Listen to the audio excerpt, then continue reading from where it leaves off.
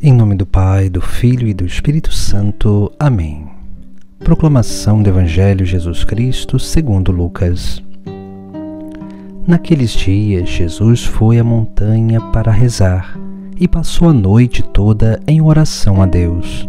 Ao amanhecer, chamou seus discípulos e escolheu 12 dentre eles, aos quais deu o nome de apóstolos: Simão, a quem pôs o nome de Pedro, e seu irmão André, Tiago e João, Filipe e Bartolomeu, Mateus e Tomé, Tiago, filho de Alfeu, e Simão, chamado Zelota, Judas, filho de Tiago, e Judas Iscariotes, aquele que se tornou traidor.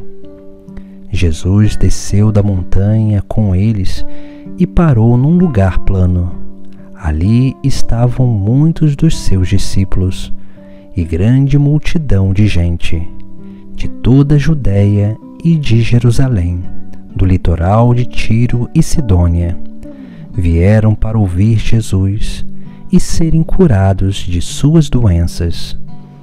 E aqueles que estavam atormentados por espíritos maus também foram curados.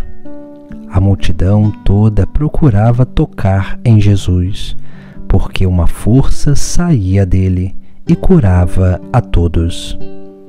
Palavra da salvação. Hoje, no Sagrado Evangelho, contemplamos a escolha dos 12 apóstolos.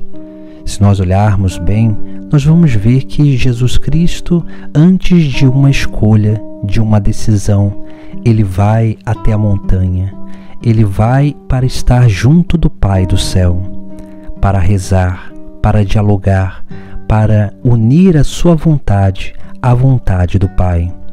Assim nós vemos como que Jesus Cristo ele vai nos ensinando a forma que nós precisamos aprender também a fazer para cada vez mais discernir melhor as nossas escolhas. Porque assim como Jesus Cristo, quando escolheu os apóstolos, ele subiu ao monte para rezar, nós também precisamos aprender a dedicar tempo de oração. Porque somente nesse tempo de dedicação na oração, que nós nos tornaremos capazes de discernir aquilo que deve ser feito, as escolhas que nós precisamos fazer, as decisões que nós precisamos tomar, para que assim nós possamos dar passos concretos naquilo que é a prática da vontade de Deus. Se nós olharmos também o Sagrado Evangelho, nós vamos perceber na última parte do Evangelho que Jesus desceu da montanha com eles e parou num lugar plano. Ali estavam muitos dos seus discípulos e grande multidão de gente, de toda a Judéia e de Jerusalém, do litoral de Tiro e Sidônia. Ou seja, uma multidão vem ao encontro de Jesus Cristo, mas ele escolhe os 12, aqueles que ele entraria em intimidade, para que esses pudessem transmitir a verdade de Deus aos outros. Assim Deus também faz com aqueles que ele chama para uma vocação especial, para uma experiência mais profunda na intimidade com ele, para que esses possam, na sua vida de intimidade, ter um contato profundo, para que possam transmitir àqueles que não têm uma dedicação total à união com Deus, à meditação da palavra, para que esses possam ser também alimentados. Nós somos esses que precisamos nos alimentar dia após dia, para que assim nós possamos ser capazes de transmitir o que nós aprendemos para aqueles que mais necessitam de alimento espiritual. E quanto mais nós vamos aprofundando na nossa intimidade com Cristo, muito mais nós seremos instrumentos para a salvação do mundo.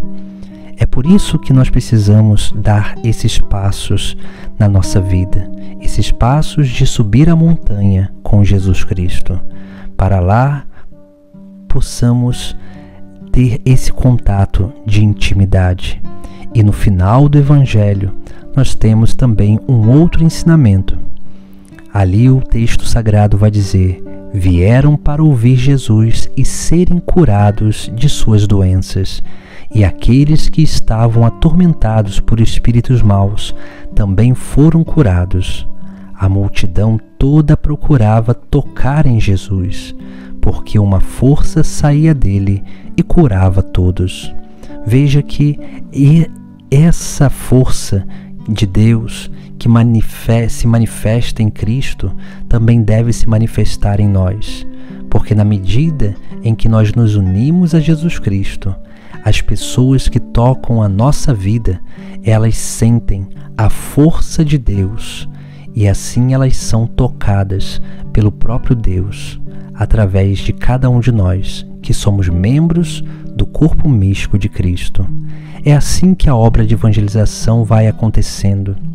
É assim que nós vamos ajudando a Deus a restaurar a criação, a humanidade. É assim que nós vamos exercendo essa grande missão de reparação.